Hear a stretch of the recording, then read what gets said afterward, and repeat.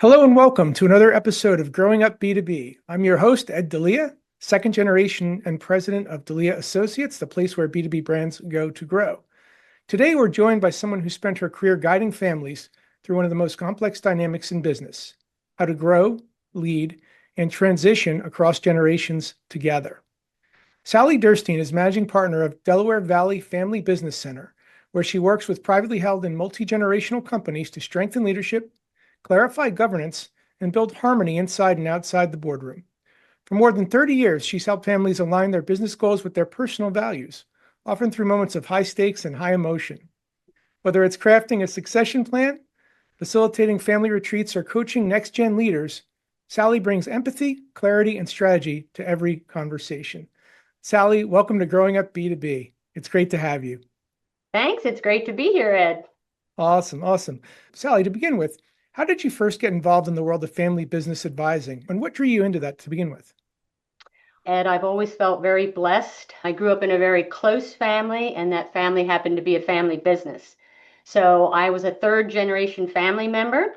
My father worked there along with his seven of 11 of his brothers and Wow. sisters. He was one of the owners. Wow. And I worked there as well, summers and Saturdays through college. And so for me, the business was next door. Our church was across the street. We lived on a family compound because my grandparents were farmers, and then we got into the meat processing business. I could hardly tell the difference between family, business, faith. I loved it. I was always very proud of my family and what we were doing in the community, so I felt very blessed. And when the founder invited me to join him in his practice back then in the 1900s, 32 years ago in 92, he actually had a management consulting firm and realized that most of the difficult issues were family business. And so family business was just becoming a field then. He invited me in. We got all the training we could and really learning from the current clients in management consulting about the issues.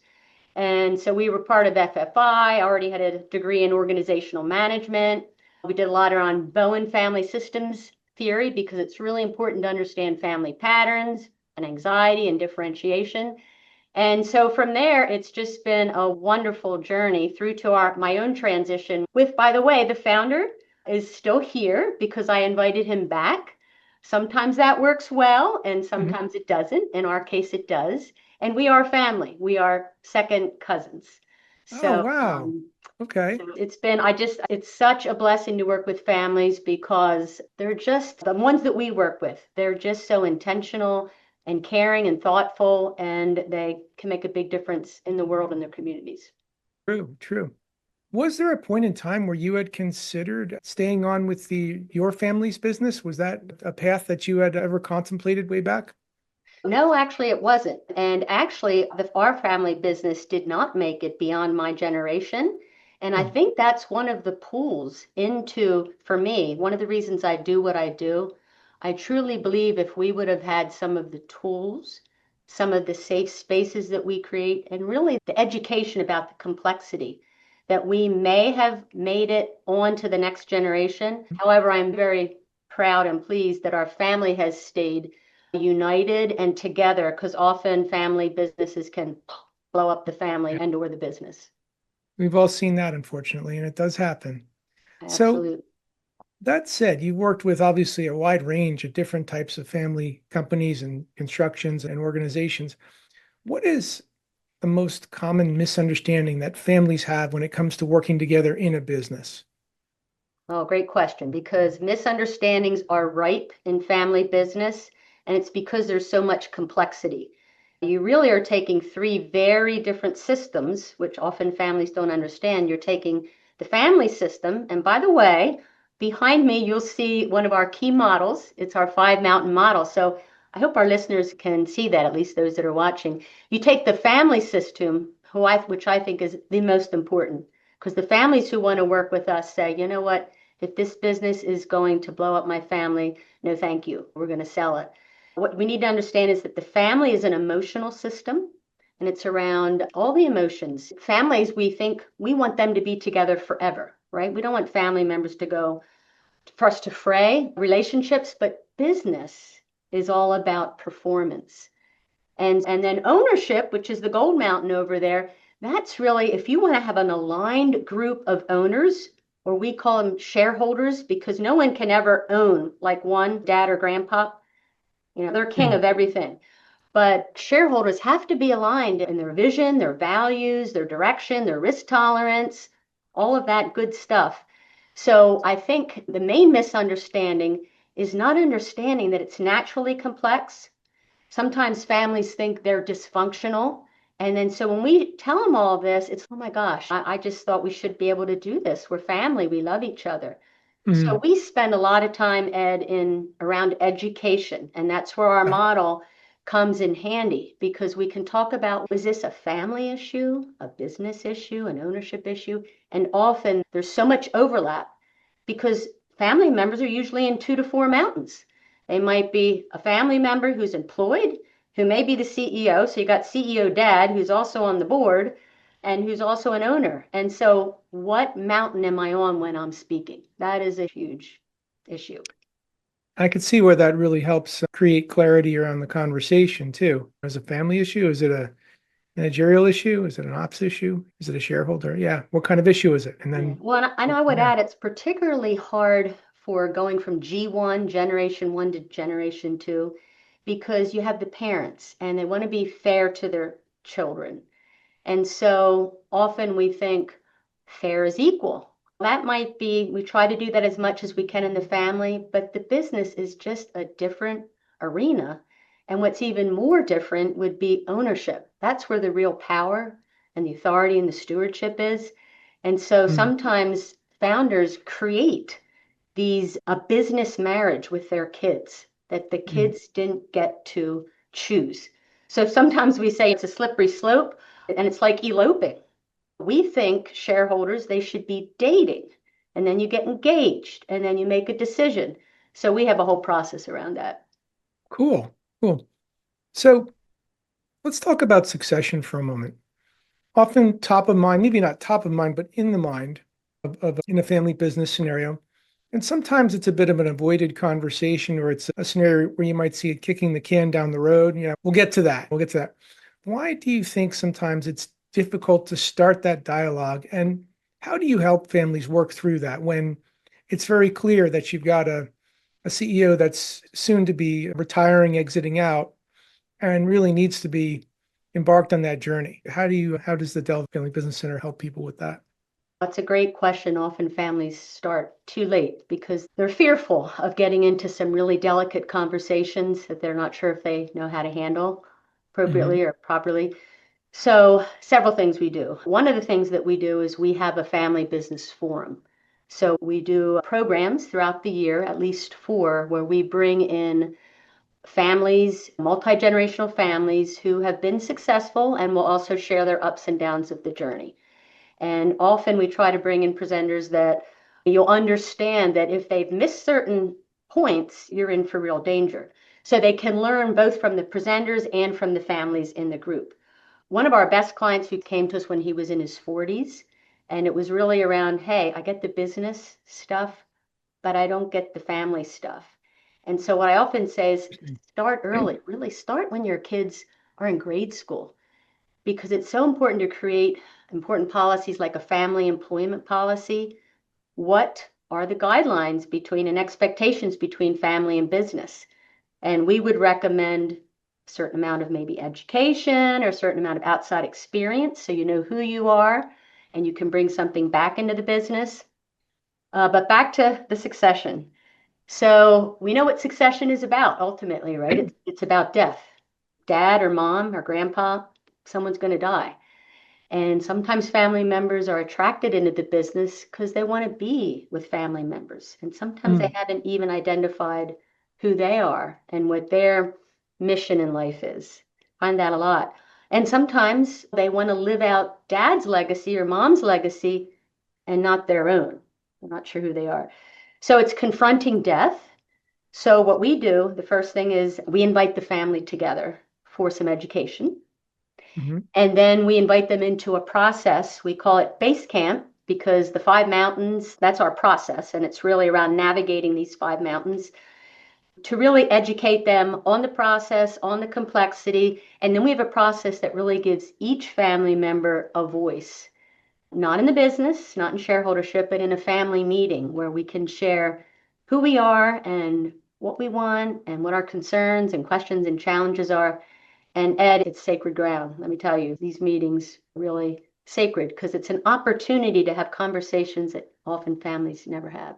So the business can actually lead to a healthier family if we approach it in that way. And it can also lead to so much complexity that we want to run away. You made so many great points just now, and that sounds like an amazing experience. And I'm reflecting on my own journey and that of others. And you may see this sometimes. I just wanted to get your take on sometimes you see maybe a second or third gen that's in place in some form of leadership capacity, but the parental figure's still around, right? They're still coming in. And one questions whether or not that next generation fully gets the chance to lead because there's that crutch that's there. Have you seen that scenario where there's clearly that maybe it's the first gen who just can't seem to find their way all the way to the exit and let the next generation take over? Again, both end, yes, so much. And that is the key. It's a very delicate dance because we need the founder to prepare themselves, if it's more than one, to leave because they're often a primary identity. That's where they find their value, their meaning. Sometimes they don't have hobbies. And sometimes they're fearful, and sometimes their spouse says, I love you, but not all day long, not just for lunch or not all.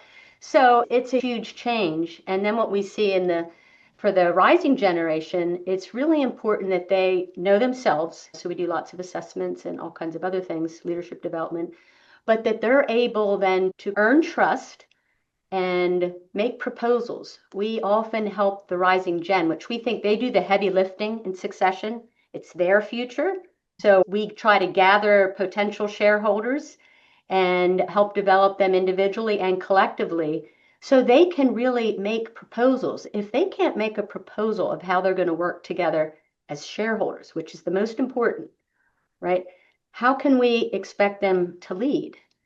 And we also know it's really hard for dads, moms, grandparents to mentor family members, especially founders. They're so used to being, just do it. I know how to do it. I don't know how to train people. I don't know how to do it. So we come alongside and we try to facilitate that. But yeah, so that's actually we have 5 principles for healthy generational transitions. The first is that all family members count. It's family business. So we want to hear and gather all the voices so that we make sure that the family muscle is strong and the family fabric is strong. But then the second one is that the senior generation prepares to leave, right? So 2 things we think they need to do, Ed. The first is identifying their next chapter. What do I want to do? And sometimes it works that they can work with the next generation. I've seen it work beautifully, and it's worked in my own situation here. I invited our founder to come back after a sabbatical. He brings a lot. We yin yang. Now we're not father daughter, so that's huge. But so those 2 things. The first is to identify your path, your next chapter, and the second is to identify your number. What is it going to really take for me to be financially secure? Because often most of the wealth is in the business. So if they haven't diversified, so that's what we work with the senior generation to do, and often with spouses. We include spouses whom we call first round draft picks in our projects. We think it's really important. We learned that probably 25 years ago. And then secondly, we work with the rising generation to step up because Ed, and you know this, it's really hard to grow up in a family business because you got a lot of family, you're in a microscope and you're always little Joey or little Sally, that's why we think outside experience is so important to really bring stuff back. Absolutely. Absolutely. I wish I knew you 25 years ago when I was going through some of this. Me too. You don't know how often we hear that. If I had a nickel for every time I heard that. So we talked a lot about the dynamics of family members in the business. Let's talk for a moment about non-family members. To what extent do you bring them into the conversations, if you will? Because I've heard a lot of times, and I think I've probably seen it through my own experience, because at one point my sister and my dad and I were all together in the business. And we had a very unique dynamic and we could communicate very well because we knew each other so well. But I think sometimes non-family members were like, what's going on? Where? And I missed a chapter in the book somewhere. Yeah. So how do you bring some of those non-family executives into the fold, if you will, and be part of the process?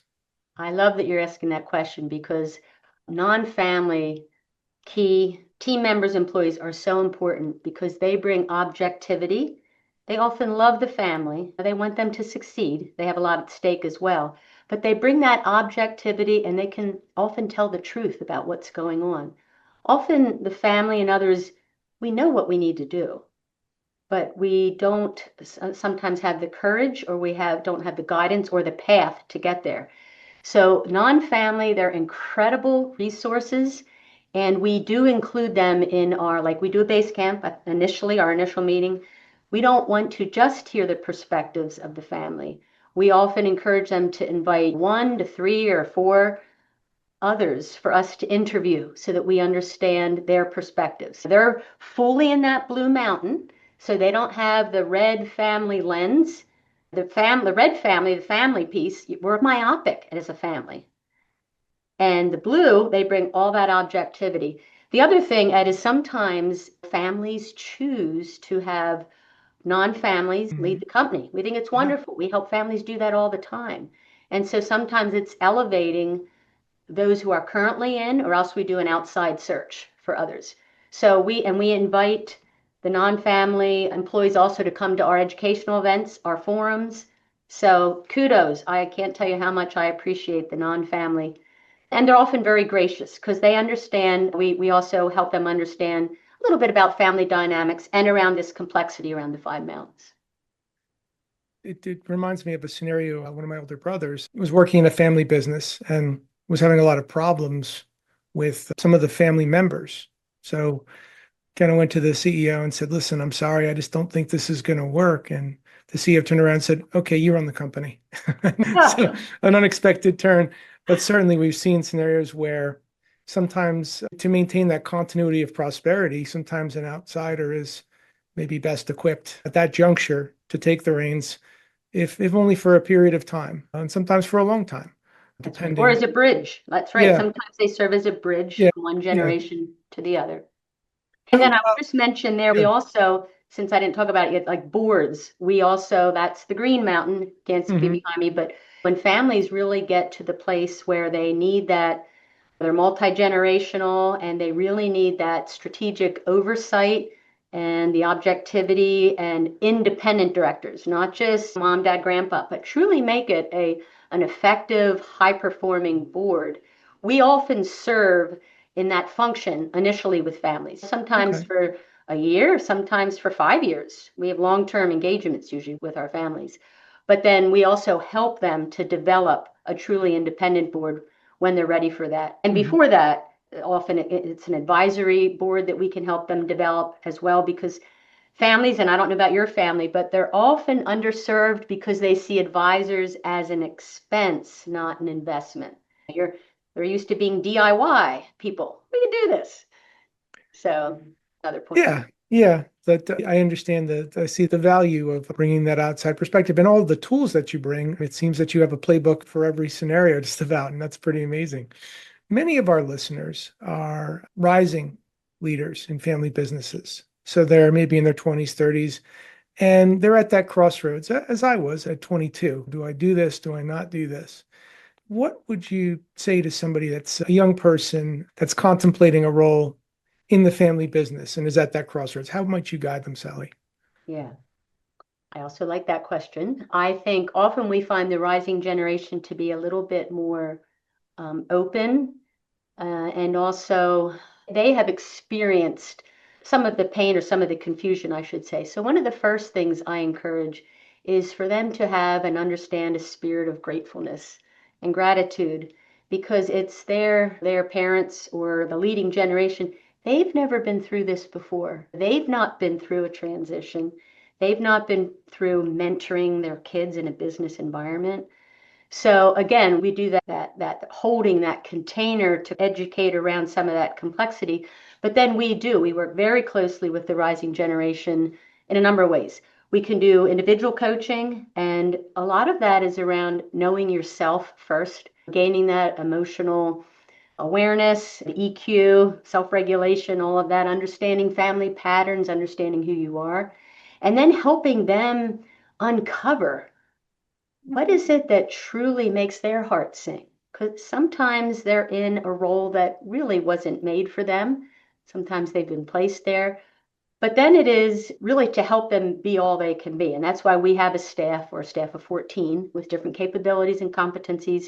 So we can do that on a regular basis. We also have peer groups for next generation. So they're invaluable, Ed. I don't know if you were part of one of them, but to hear the stories, to be in an intimate monthly group, to hear under the code of confidentiality, what's been to process real issues about family business and to know, number one, I'm not crazy, and number two, there are helpful pathways forward. Yeah. Yeah. And I've always been involved in different sorts of peer groups and forums, but there's something I'd say distinctly different when you're a multi-gen or a second or a third versus the founder or the startup or the entrepreneur, and it's a different struggle, or it can be, than different sets of issues. You've bought something, or in my case, I bought it, but some people just inherit it, and it's maybe not the ship you would have built, but the ship before you. And as they often say, the first generation, they created it. Not many, and Yeah, entrepreneurs are a rare breed, right? And yeah. 90% of most businesses fail. So they take it, and then the next generation really needs to, sometimes people use the word professionalize or just bring a different skill set. So I think also helping those two generations understand that they're not Mhm. competing. Sometimes they feel like there's a little competition as well.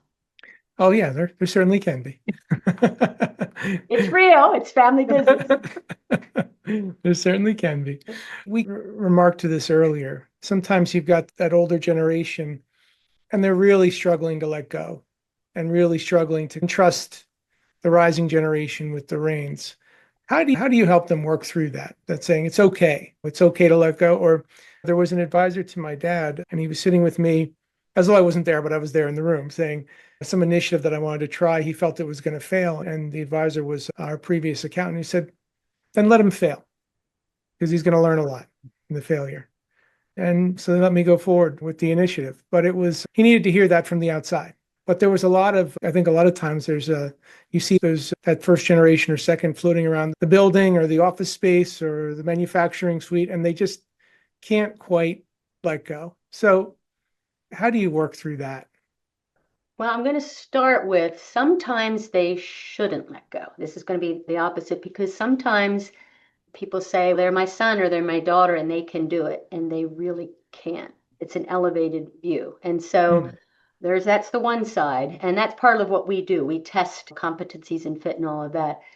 But in the case where, which is probably a little more common, where it's that tangle of not letting go, we work closely with both of them together at really what they want, where their skill sets are. And you probably will understand this, but often it's other stuff underneath some of that. There's sometimes things that we're not talking about. There might be some unresolved or misunderstandings about a variety of things. It can be things in history, around personality, around how we operate. So that's why certain assessments like DISC and Myers-Briggs and all of those good things help. But times we encourage or give it as an option. Sometimes the next generation does need to leave mm, because sometimes they hang on and they haven't done their own work in establishing their own competencies outside the business. So we are really strong advocates, and I just worked with a family last week on getting good outside experience. I know family businesses are afraid we're going to lose them. They're going to go somewhere, they're going to love them, they're going to perform, but it's really important for the rising generation to, number one, get that internal authority to know I'm not just in the business because of my last name. I work mm, with too many 50-year-olds that feel that way. And then they need to get that external credibility from everyone else. So it's a huge task. And again, sometimes it's helpful for the leading generation, that mother, that father, grandfather. Sometimes they can be a very valuable board member, Hmm. sometimes even chair, sometimes not, or again, part-time, full-time. But there's so many different options. So we just say, hey, we'll help you get there. Cool. That's cool. And I think going back to my scenario, when my father exited, it took him an adjusting period. There were several months where he had to find himself, and then I'll just say he discovered retirement, and then he was off and running. But it took a while for him to connect with all the things that he had wanted to do that he shelved along the way as secondary to the business. And when that was taken away, all those things became possible. Needless to say, in the last 12 years he was with us, were some of his best and happiest times. And he became a great advisor to me across that span too. So it was a nice way to go out, but it took a while. To have a little Yeah. bit of a framework going into that probably would have made the adjustment period a lot easier. And to normalize it. A lot of our work too is normalizing that, Yeah. and just to know, kudos to you then, to you and your dad, that there's fits and starts, there's messiness, there's rockiness, and just to know that's part of the journey. Change is just really hard. Yeah. Yeah. And as a second gen, a word a lot of people don't like to talk about is fear. A lot of us have fear of screwing up. Dad laid down this great foundation. I don't want to screw it up. Unfortunately, there was a period of time where I was probably more governed by fear than I'm very risk averse and things of that nature. Not that I'm a huge risk taker, but Mhm. nonetheless, coming to terms with the fact that some calculated risk is necessary in business and that living in a state of fear is not a good way to live. Put that to bed some time ago. But I think it's natural sometimes to say, all right, I've got this now and I don't want to mess it up. I better be really careful with this instrument in my hands, being the business. And you are so true. The first generation, they're so risk, that's great. And the next generation is often more calculated and in some Yeah. ways strategic in their own way. So you have to So, understand, but it's understanding both, understanding what the business and what the family needs. yeah. Uh, So let's talk about the green mountain on the five mountain process. That would be the board. Okay. The board. So for some family businesses, I imagine the idea of the formulation of a board may sound a little bit intimidating or overly formal. How do you make that concept a little bit more practical and approachable for family businesses? Mhm. I'll think of a meeting that we just had yesterday with a family. So often we tell them, we don't often start there, we laid out the framework, but we say that we often function in this function as a board function with you for quite some time. So that is a helpful move. I think the other thing is sometimes they've had really bad experiences with other advisors, or sometimes it's friends that they have chosen to be their advisors. So we often don't start with the board. We often start with that gray mountain, which is the advisory mountain. Do you have the right technical advisors? We're not technical. Do you have the right Mhm. accountant, attorney, financial planner, banker, therapist, whoever you need? A family needs a multidisciplinary team who's collaborative and who can work together. So helping them get that clear first. So we often ask the rising gen, we say, so who's your accountant? And they'll say, so and so. Tell us a little bit about them. How old are they? Oh yeah, they're about 72. They lived with my dad forever. So often the next generation needs to select their own, Mm. advisors. So we often start with that, making sure that advisory mountain, they're getting really good counsel that understands both generations. And then when we move to the board, this is often where dad or mom, they want to be the chair. And that often isn't the best, hasn't in my experience, because the board really holds. This is how it works, and you know this, but so the gold mountain, right? This is the shareholders. The shareholders, it's their responsibility to elect the board, right? They are the ones that have to speak with one voice around vision, values, and a whole host of other things. One voice, not three, Mhm. 20. And so they elect the directors, and then the directors, one of their key responsibilities is to hold the president or the CEO accountable and to select and fire them if need be. And you have dad, let's say, sitting as the chair, and then you have a son or daughter, or niece or nephew sitting as the president.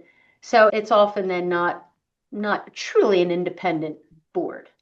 So how we walk with families through that is we educate them around a board, the values. We often introduce them to other folks that have healthy boards. We also bring people to our forum who to talk about their boards. And then we help them with a board prospectus. What is it you need? So we have a whole process around that. And often they gain comfort. But it's often a path Yeah, to get I can there. And then can really see the beauties that it brings if they've selected well. got it. So when a business does make that successful transition fully from one generation to the next, where the second gen or third is fully running and empowered to lead, what are some of the common themes or indicators that transition has been successful? What do you look for in your work to say, all right, we got this one's on a good path. We got this one going well. Well, so this touches on our ideal, our sweet spot, who we really love to work with because we see that it has great hope and great potential. So I always look for families and particularly leaders who can manage their egos. They're open, they're humble, they want to hear, they're collaborative. They might be a very strong D, right? A very strong, but they want to learn. They're really learners because if you don't have a learning mindset, it's my way or the highway.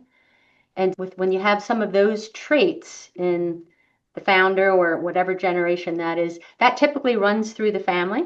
Now, there's always a few stinkers in the woodpile, if you will, but we look very closely at that. And then also, if they believe in something outside of themselves, if they have a higher power, if they have faith, it's not just about them and their business, they're generous in spirit. So with those, I find those are the traits and the characteristics, and then obviously a successful business so that Yeah, it can, but yeah. that's what I look for more than anything else. I often, when I run into a multi-gen business, I look for a lot of things, but the one I think that stands out is, does the rising generation have a vision that's distinct and that's their own, not what their mom or dad did, and not let's do a little bit better than last year. That's not a vision, but really what they aim to do with that vehicle they have, which is that business. And I often say it doesn't even have to be a very good vision. It just has to be yours. And you can refine it and it will refine over time because I know that mine did for sure. But having one, I think, is, I don't know, I tend to look for that. I'm not sure if that in your work as well show up, Sally. Absolutely. And we often say every generation has to reinvent itself. That's just, we can't do the same. So I think that's Yeah. a really good point, and I know you did that in your business. Yes. It's a little So harder when you have 3 or 18 or 88, but yeah. with so many economic and generational shifts happening now, how are family businesses evolving in the way that they lead and make decisions? What are you seeing out there right now, Sally? I am seeing actually more openness, at least in the families that we're working with. They seem to be more open to change and to things like AI and to things like looking around the corner, not just we've always done it this way, so we need to. I've noticed a distinct change. I would say probably since COVID. I Mhm. think that caused a lot of anxiety and fear, but there's more openness to listen, and there may be a better way. Also, learning there's a lot more available now for family business than there was like when we started 30 years ago.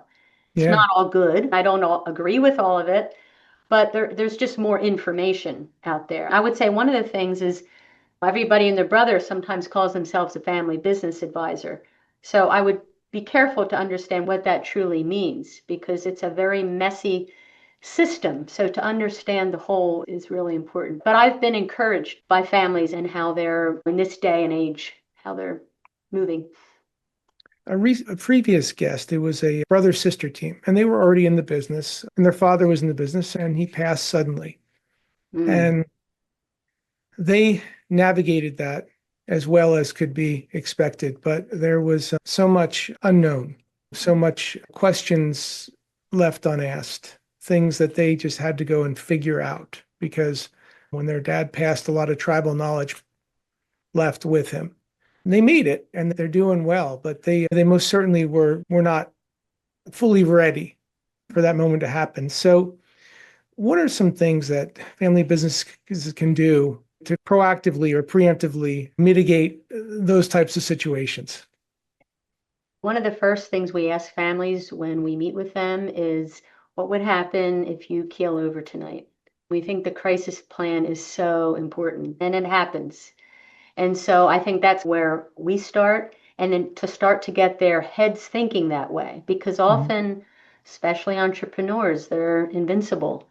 And then that helps you think about the longer term. So once we get a crisis plan, and that's really difficult, as you might know, because you have to make some of those, what happens in the management mountain, like who's in operations, who's going to lead, and then who's going to get the shares, or who's going to have a majority over there. So it's multifaceted. So we have a coordinated crisis plan process around that. Now, there's not much. We tell stories about real families we've worked with and things that have happened, but there's not much that scare tactic. I don't like to use it, but it happens if we don't start with a crisis plan. So I would encourage, to your point, I would encourage anyone who's listening, next generation, to be asking that question. Not in a thoughtful, generous, caring, compassionate way. I'm just curious. And sometimes it's not good for them to ask mom or dad or grandpa. Sometimes it's better to have an advisor ask that, because sometimes it can come across as either entitlement or disrespectful. So I think that's often it comes better from us or from you. Very true. Very true. But often they don't think about it. There's so many, the business is the barking dog. And so they don't think about what happens if I'm not here. And they don't need to think about all of those mountains because they're king. They can make a board decision and change their mind in the shower every 3 minutes, right? Yeah. When it's just one. And that's not how it is in the second and preceding often generations. Yeah. True. So for any listeners who are thinking, for various reasons, we're stuck. So it could be that they're mired in having trouble working through decision making because there's different family members, they're not aligning on decision making. There's people, maybe the wrong person in the wrong seat because of their last name happens to be the same name on the building. And they've got all of these things that are making them in a state of paralysis of sorts. What's one thing or two things that you might throw out to say, hey, here's one way to get unstuck and get back on track? One thing I'd like to offer is they're welcome to give me a call or a shout. I'm happy to talk with any family business and see if I can be of some support, whether I send you a resource or invite you to a forum. I would invite any family businesses listening. They could be a guest at one of our educational events. Again, there is a lot of information out there on family business. Some is better than others, but I could send some resources that with my years of experience, that I think is really good. So I would be happy to send a few articles or resources out to any listeners. Awesome. Awesome. Thank you. And finally, if somebody did want to dive deeper, learn more about you or the work at the Delaware Family Business Center, what's the best way for them to connect? They can call me. I don't know. Can I give a phone number on You a can give podcast? a phone number. It'll be in the show notes too, so you can give it. Okay. It's 215-723-8413. I'm on LinkedIn. My email is sally@dvfbc.com. I wish our name wasn't so long, Delaware Valley Family Business Center, but we've been branded that way for 38 years. So yeah, and again, I'd be happy to speak with any families. It brings me great joy to work with families just because it's not just impacting one person, but we have the opportunity to impact generations to come and bring health and wholeness. So that's my why, and I love it. I love it too. That's awesome. Sally, thank you so much for your insight, your clarity and heart and that you bring to this work. It's so clear. It shows the passion that you have for doing and all the families that you've helped navigate the complexities of working and leading together. Again, we've been speaking with Sally Derstine, managing partner at the Delaware Valley Family Business Center and a trusted advisor to family enterprises across the nation. And I'm Ed Delia, and this is Growing Up B2B. Thanks so much for joining us, and we'll see you next time. Sally, thanks so much for being with us today. You're welcome. Thank you. All right. Take care. Bye-bye. Bye-bye.